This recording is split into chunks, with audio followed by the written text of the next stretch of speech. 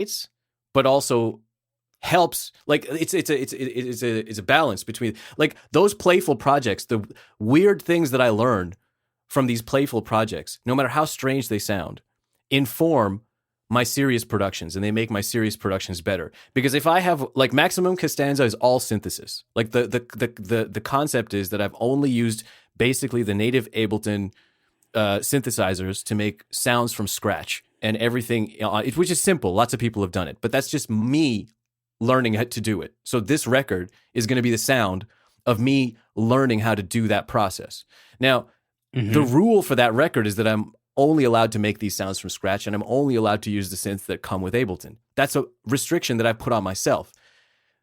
I can't pitch that to an artist and say, your next record is going to be only like sounds from, but now that I have those skills where I can like, by putting in those reps, I can design. Yeah, it's in your bag of tricks now. It's in that bag of tricks, and that's the point, and that's why those playful ideas, the play, and that's also where I get to sort of tell the world how I feel about the world, in the sense that like, if it sounds weird and dark and strange, that's because that's what my worldview is.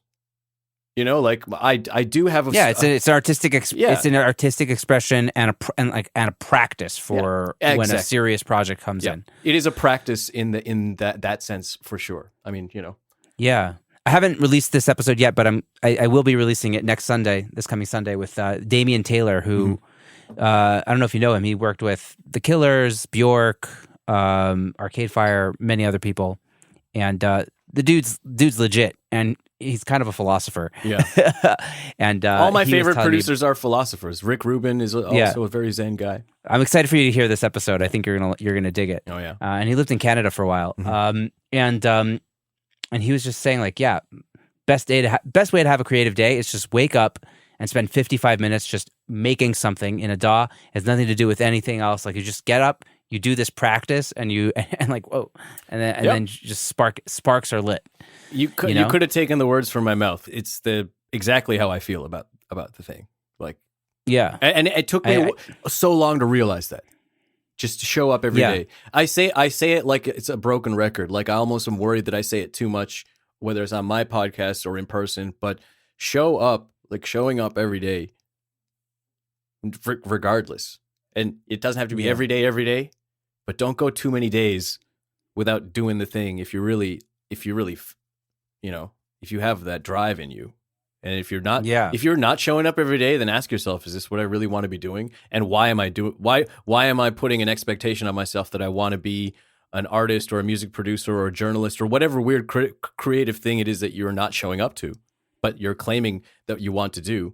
That's the moment when you have to ask yourself, if I'm not showing up on my own to do this every day, then why am I here? I mean, either that or if you want a paycheck, like, there's so many other ways to get a paycheck. Like, straight up, like, you could be like, oh, because people aren't paying me, and there's so many other ways to make money. Like the business model in this industry is totally bananas. It makes no sense. Like, if you're coming in here thinking you're going to make that's not why I'm here. People that are in this business for money are going to fail. I'm talking to you from my closet, dude. Yeah, like, that's not spare bedroom. Yeah. This is not, and so I can't help but be really real about that. Yeah. This is totally. This is a 100% a labor of love. It makes no financial sense. To do any of the things I've done in terms of, I like making any of the records that zero financial sense. I just did it because I had to. I had to do it. Yeah. Yeah. And I tell people, like, who are thinking about going to any sort of higher learning institution for a creative endeavor, like whether it's, design, graphic design, music production, photography, video, whatever the case may be, I always say, like, if you're not already doing it, like, if you want to be in film and you're not already editing videos on your phone and watching tutorials on how to edit videos better, then don't go to school for it. Yeah. Because, like, all the lessons are there for you. And, like, that's not a knock against the school, those institutions. It's just that's where you go to, like, meet your network and connect with people. But if you're not already naturally just like, if you like photography, but you're not taking pictures and editing them, because it's like, look, it's all the means are on your phone now. There's, like, literally no excuse. Then don't go to school for that. That doesn't make any sense. So you got to just show up, and just I've been using the oblique methods. Brian Eno's oblique methods. You heard about this? No, tell me about it. So you know Brian Eno. Yeah, sure. Yeah, legendary record producer, another philosophical kind of guy in his own way. He's developed interesting music apps on the phone, but his oblique methods is a thing developed a long time ago. It started off as a deck of cards, and Brian Eno is this producer that, like, if you are a band that was really successful, blew up, and then the second album was really successful, and then third album was super lame, and you don't know what you're going to do now. You're a big band, but like everybody hates you, and so you got to come back. Then you hire Brian Eno, right? Like Coldplay's fourth album, Brian Eno. Right? Oh, is it really? After X and Y, right? And you can fill in the blanks there. You understand what I'm saying? After X and Y, after that. It's like, listen, we need to somebody get Brian Eno on the phone right now, So, right. So that should just that is one facet. That's one facet of who Brian Eno is. People may already know. And another facet is this guy. He's made, I think, like music for airports. Like that's the name of one of his records. Like ambient. He's that kind of stuff. So very creative person, and he has this thing, oblique methods, and I believe. Legend has it that it was a deck of cards or something that you like. If the band is stuck, a creative block, you just pick something from that card, and that's your prompt, and you just make something with that prompt. And now, of course, you can get it as an app. And so I have the app, and I even have it set up as a widget. It's such an important app on my home screen that it's a full on widget, and it gives you a daily prompt every day. And if you actually use the app and you hit it like a magic 8-ball, it'll just give you a fresh prompt. Wow. Yeah. So it's basic, but it's something. You want to know what the prompt is right now on my screen? I'll show you. I'll tell you. Yeah. Today's the prompt that I just came up just now is a simple subtraction. The one before 5 minus 7. Yeah. Well, the one before that was repetition is a form of change. I think a couple of days ago it was just water. That was the prompt. Water. Figure it out. Make something. Write something. Do anything with it. You have no excuse. If you don't want to, then you don't want to. Do something else. Learn French. Like do math. Anything. Yeah. It's funny. It's like I feel like I've been in survival mode for so long with the pandemic and stuff that only now that kind of things are normalizing here, or they've normalized, I guess, over the past couple of months in Israel specifically. Like when we got vaccinated, it was a zoo. Yeah. Like in March of last year. Or March of this year, February, March of this year. And then it was just like, is this real? Is this not real? Mm-hmm. And then all of a sudden tons of work was coming in and I didn't know how to deal with it. Yeah. I couldn't handle it. Mm-hmm. And then it was the Delta variant came to Israel and then I was super stressed out. Mm-hmm. And then we got third vaccines. third shot done? Yes. Cool. I'm thinking about that third shot just voluntarily showing up. That's how. Because I got to go back to India. Before I go back to India, so I'm like, I want to be like vaxxed up hard. Like, well, the Pfizer is. The truth is, the Pfizer really kind of wears off. Seems like it wears off after like 7 or 8 months. Mm-hmm. Yeah. But you're probably still protected from serious illness with 2. Yeah, I think so. But anyways, so then we got third doses, and only now do I feel like life is good. In a way that I couldn't say for a year and a half. You know what I mean? Like, like I feel like my life is good again. Okay. It took a long time.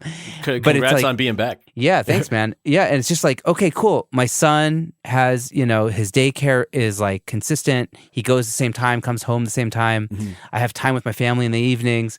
I have, like I just feel like my life, it sounds bizarre, but my life is compartmentalized in a way that like, oh, I do really love my job. I love working on music, and because it's been it's coming from like a place of stress for like a year and a half of like I need to get in and just do this work so that I can make my clients happy and I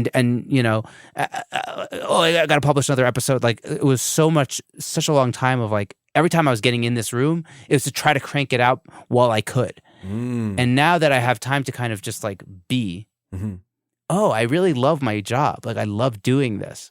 Yeah. And it's like kind of coming back to that inspiration of just like, oh, this is why I'm doing this because I really do really enjoy this. Yeah. So it's been like a weird kind of, for me, year and a half of, I have different obligations than you, right? Like, because I'm not a nomad. I have a kid, and so I got responsibilities and stuff. So, I mean, obviously, you also have responsibilities, but different it's like set of kinds of responsibilities. But I hear you. I mean, we spoke about this on my podcast, right? Like when you were asking me, like, how do you read so much? And I'm like, listen, before I tell you my advice about how I read so much, let's remember that you have a kid, like, and so like let's factor that in, like, absolutely. And that I marvel at my friends, whether they're in the creative field or not, who have kids and are just cranking out work. And I mean, it changes your whole paradigm. And absolutely. Yeah. But it's nice to see that, like, when I do have that space to be me, or to just not just be rushing all the time. Yeah. Like, okay, cool. This is what I'm about. Cause I had to be reminded almost, it was like, it had been so long of this weirdness, so yeah. And obviously there's still some PTSD from this. I'm sure everybody's kind of dealing with different things, but yeah, it's like cool to like remember the inspiration. But I need to get back into a practice of just creating for creating's sake, because I just haven't had time to do that. Like that's gotta start minutes, something. I guess 10 minutes a day. Don't do 55. 10 minutes. I think I could 10 do. Minutes. Like 55 is impossible. Well, it's not impossible, but it's impossible. Like this month. Yeah. Well, there you go. But that Against the Clock. That show on YouTube where they get different producers to just make something in 10 minutes. I told you about so cool last time. I mean, that's the thing that inspired me to just show up. Like I already knew, like I already had the message that I needed to show up every day, and I wasn't doing it. And it was that 10 minutes was such a magical effect on me. The just that number 10 minutes. That was the thing, where it's not a beat a day. It's not a beat a week, or it's not a track a week. It's like, just show up and do something for 10 minutes. You can do that. You have no excuse to not be able to just open up Ableton for like 10 minutes. It doesn't matter. Yeah. If you save the thing at the end of the 10 minutes, if you keep going for 20, or you make the biggest banger of all time, or you're stuck with an empty screen for 10 minutes. But you can do that every day. There's no reason why you can't. Except that you don't want to. And if you don't want to enough days in a row, then ask yourself some questions. Yeah. Yeah. I love it. So like hard truths by Arnob today. I guess. I don't know. I mean, I wanted to, I was just playing piano over here before our call. I was, and it's amazing to play real instruments again. And the biggest tragedy of being, I wanted to, because you asked me about my whole year, and now being back here, and philosophy and meaning, and we've even spoken about religion in our private conversations, which I want to talk to you more about, honestly, quite frankly. Sure. But it's like in our culture in India, in the Hindu epics, but also in just the many epic stories that are hard to categorize strictly on religious lines, but that exist in that culture.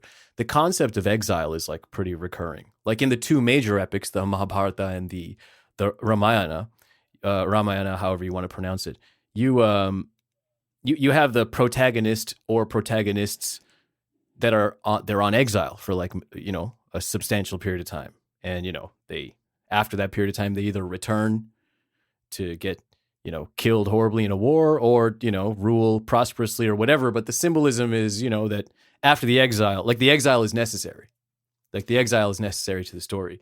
And it just at a personal level, like to the extent that we want to extract some personal truths and personal meaning in our personal lives from these types of stories, and so why they exist at the end of the day, this notion of having to move 7 years ago and putting all my instruments, taking all my powers and locking them up in a storage locker, and not having those powers, and being forced to learn new things, like a bunch of new things, and to be really put through a fire to encounter musicians that were just so much better than me, and then to finally, after a substantial period of time, to return and be reunited with your old powers, but to have a bunch of new powers and new insight and new perspective. That is, despite all of the downs, one of the dramatic ups is this, that like I had experienced this disconnection between myself and my instrument or instruments. The main thing that I do as a producer when I'm working with